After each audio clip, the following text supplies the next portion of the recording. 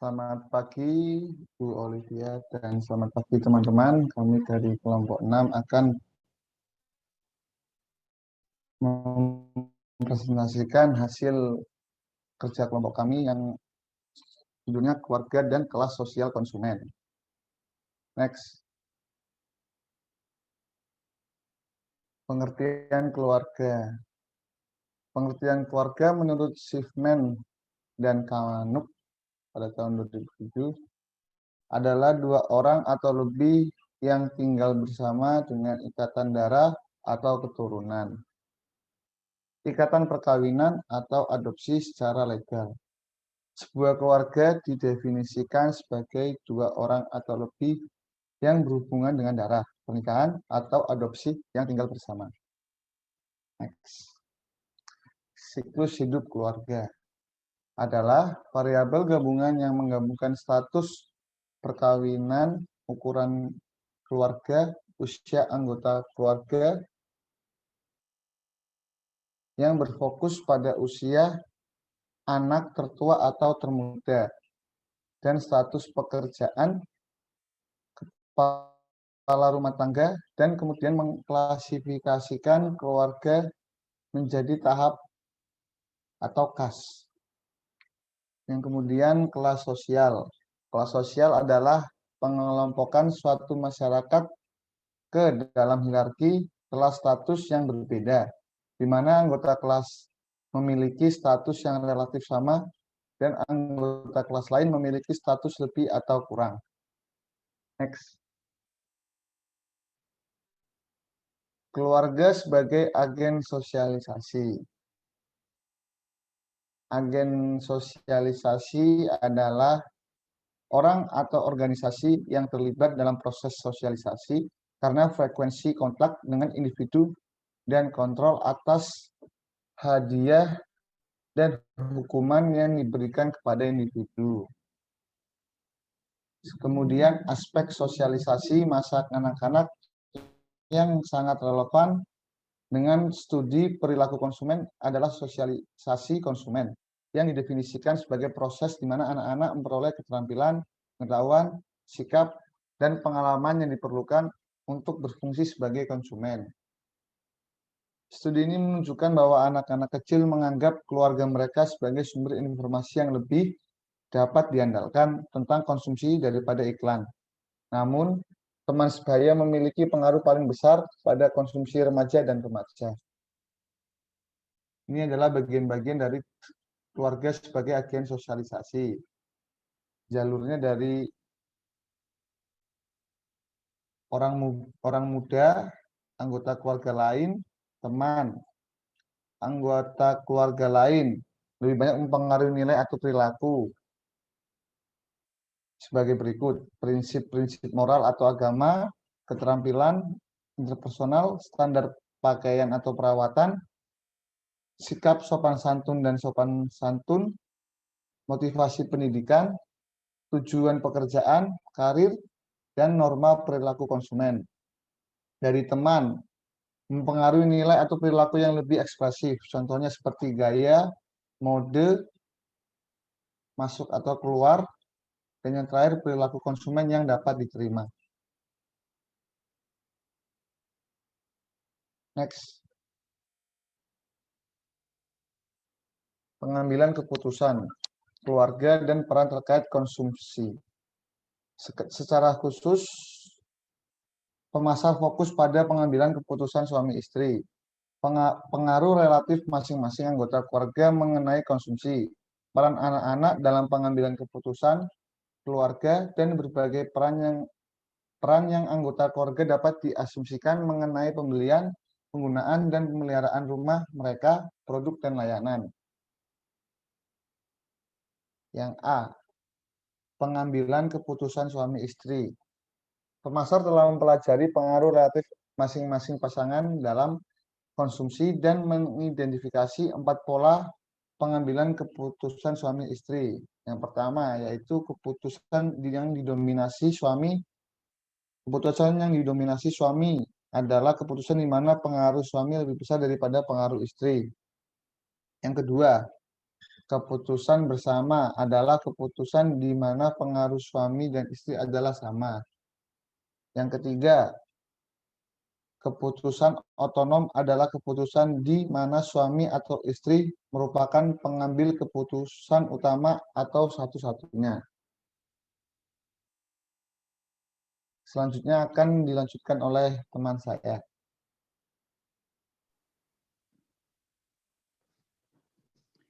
Selanjutnya, pengaruh anak-anak terhadap pengambil keputusan keluarga.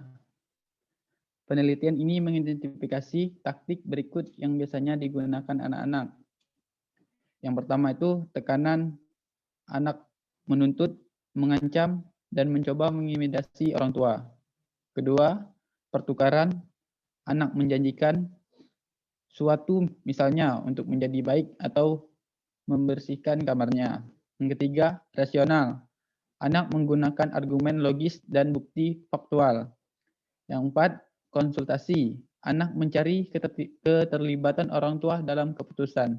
Yang kelima, integration, anak mencoba untuk membuat orang tua dalam suatu hati yang baik terlebih dahulu dan kemudian membuat permintaan.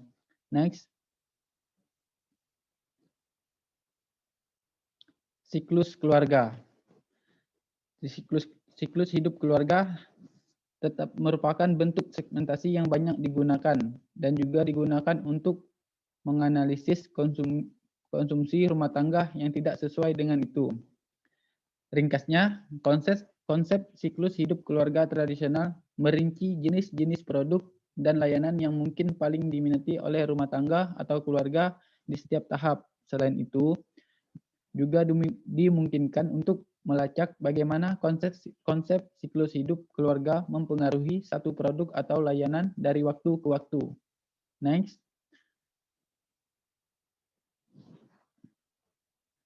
Keluarga non-tradisional.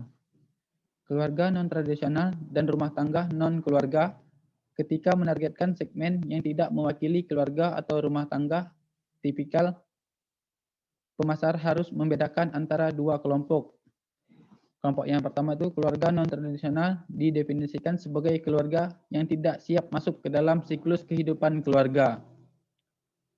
Yang kedua itu rumah tangga bukan keluarga, didefinisikan sebagai situasi hidup yang tidak secara hukum didefinisikan sebagai keluarga. Misalnya pasangan yang tinggal bersama tetapi tidak menikah. Menargetkan konsumen merupakan dilema pemasaran. Di satu sisi, pemasaran banyak produk sekarang harus mengakui perbedaan segmen yang terdiri dari rumah tangga non-tradisional. Di sisi lain, beberapa anggota keluarga tradisional mungkin bereaksi negatif terhadap penggambaran rumah tangga non-tradisional karena agama dan kepercayaan tentang apa yang benar atau tidak. Nice.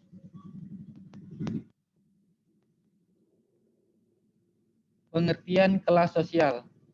Pengertian kelas sosial itu adalah yaitu pembagian anggota masyarakat ke dalam hierarki kelas status yang berbeda, sehingga anggota setiap kelas memiliki status yang relatif sama dan anggota dari semua kelas lainnya memiliki status lebih atau kurang. Selanjutnya akan diteruskan oleh teman saya.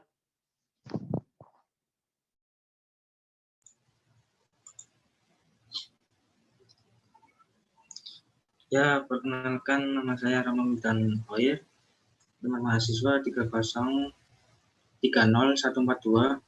Saya akan melanjutkan presentasi dari kelompok kami, yaitu kelas sosial berasal dari status sosial yang merupakan tingkat prestis yang memiliki anggota satu kelas sosial dibandingkan dengan anggota kelas sosial lainnya. Itu status terdiri dari beberapa faktor. Yang pertama yaitu kekayaan, jumlah aset ekonomi, kedua kekuasaan, tingkat pengaruh terhadap orang lain, ketiga status pekerjaan, dan yang terakhir pencapaian sebuah pendidikan. Banyak penelitian menemukan bahwa kelas sosial sering menentukan sikap konsumen terhadap adopsi produk tertentu atau tidak, dan sangat mempengaruhi pembelian jenis produk, layanan, dan merek mereka. Next.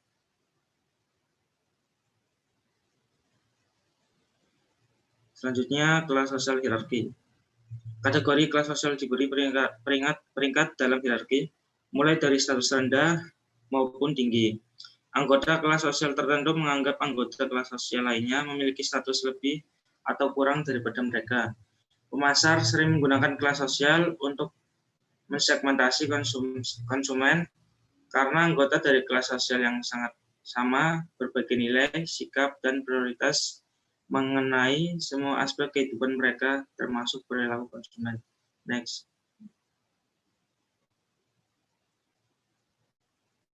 Mengukur kelas sosial, yaitu ada pengukuran subjektif. Banyak peneliti berpendapat bahwa tanggapan untuk tindakan subjektif mewakili persepsi dari diri peserta dan rasa memiliki atau identifikasi dengan orang lain, daripada perbandingan dengan orang lain milik kelompok sosial yang berbeda. Dengan demikian, tindak subjektif sebenarnya mencerminkan kesadaran kelas sosial seseorang yang didefinisikan sebagai tingkat seseorang identifikasi dengan kelas sosial yang diberikan. Selanjutnya, pengukuran objektif. Ukuran objektif terdiri dari variabel demografis dan mengajukan pertanyaan faktual kepada responden tentang diri mereka sendiri, keluarga mereka, atau tempat mereka.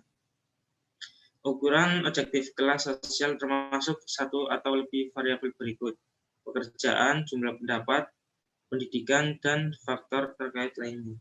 Next.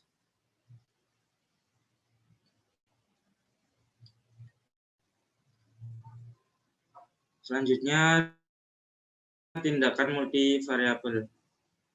Pengukuran multivariabel yang paling banyak digunakan adalah pertama, indeks karakter status.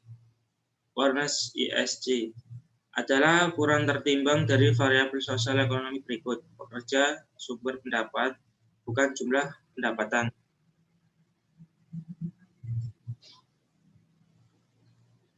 Tipe rumah dan area tempat tinggal, UAL dari lingkungan.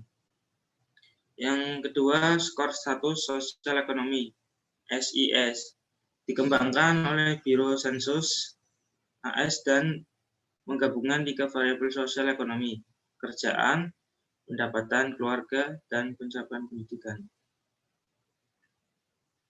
Selanjutnya akan dilanjutkan oleh kelompok kami.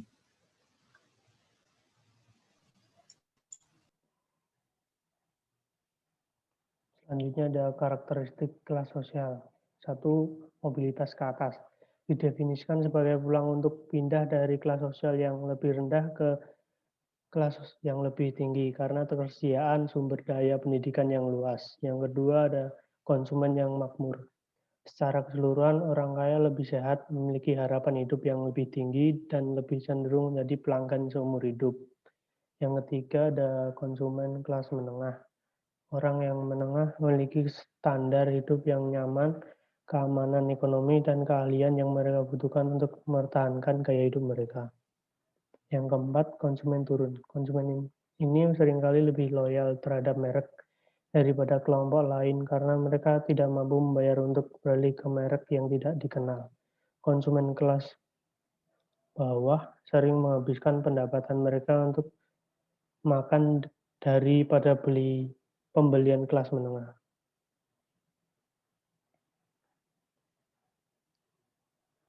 Karakteristik kelas sosial yang kelima, pakaian, model, dan belanja. Misalnya konsumen kelas pekerjaan sering mengandalkan pakaian yang membawa logo dan merek dagang. Sebaliknya konsumen kelas atas lebih suka pakaian tanpa label yang mencolok dan warnanya serta gaya praktis. Yang keenam, penghematan dan pengeluaran. Konsumen kelas atas berorientasi masa depan. Mereka berinvestasi dalam asuransi dan saham. Sebagai perbandingan, konsumen kelas bawah peduli dengan kepuasan segera. Mereka tertarik pada keselamatan dan keamanan. Karakteristik kelas sosial yang ketujuh ada komunikasi. Anggota kelas bawah sering menggambarkan secara pribadi dan konkret, sedangkan anggota kelas menengah menggunakan bahasa yang berbeda. Yang kedelapan, monilitas menurun. Para peneliti telah menemukan bahwa peluang bahwa pendapatan laki-laki muda akan mencapai tingkat kelas menengah pada saat mereka mencapai ulang tahun ke-30. Mereka telah perlahan-lahan menurun terlepas dari endis dan pendidikan atau pendapatan orang tua. Selanjutnya ada geodemografi dan pemasar kelas sosial. Menggunakan geodemografi untuk mengidentifikasi lokal geografis konsumen yang termasuk dalam berbagai kelas sosial. Alasan untuk menggunakan geodemografi adalah buru-bulu berkumpul bersama, yaitu keluarga dengan status sosial ekonomi serupa berada di lingkungan atau komunitas yang sama. Segmen geografis adalah kelompok rumah tangga yang telah diidentifikasi, diklarifikasi, dan dideskripsikan berdasarkan kode pos dan data oleh pemerintah negara dan lokal. Yang terakhir ada kasus. Alansi dan HBSBC meluncurkan asuransi jiwa Joint Life Care yang menyasar keluarga milenials. Produk ini memberikan solusi perlindungan jiwa berjangka gabungan bagi suami istri dalam satu polis dengan suatu premi. Modal seperti ini merupakan yang pertama di Indonesia, dengan premi minimum dari PT Asuransi Allianz Life Indonesia bersama PT Bank HSBC Indonesia meluncurkan produk asuransi jiwa berjangka Joint Life Care di Jakarta pada Rabu 29 bulan 1 2020. Produk ini menyasar keluarga milenial di tanah air yang jumlahnya terus meningkat. Bianto Subroto, Chief of Partnership Distribution Officer Allianz Life Indonesia, mengatakan Indonesia sedang mengalami bonus demografi dengan pendudukan berusia muda produktif yang cukup besar, namun kesadaran untuk membeli produk asuransi masih sangat minimum. Berdasarkan data BPS tahun 2018, jumlah generasi muda di millennials di tanah air mencapai lebih dari 63 juta jiwa. Angka ini tentunya menjadi pasar yang potensial bagi industri asuransi. Karena itu kami meluncurkan produk asuransi berjangka Joint Life Care. Menurut dia, produk ini memberikan solusi perlindungan jiwa berjangka gabungan bagi suami istri dan suatu polis dengan satu premi. Modal seperti ini merupakan yang pertama di Indonesia dengan premi minimum. Saat ini, tidak hanya suami yang menjadi sumber pendapatan keluarga, tapi juga istri. Produk ini dapat melindungi resiko berkurangnya sumber penghasilan dalam rumah tangga jika salah satu atau kedua pencari nafkah meninggal dunia. Jelas Bianto. Terima kasih. Sekian presentasi dari kelompok kami. Terima kasih.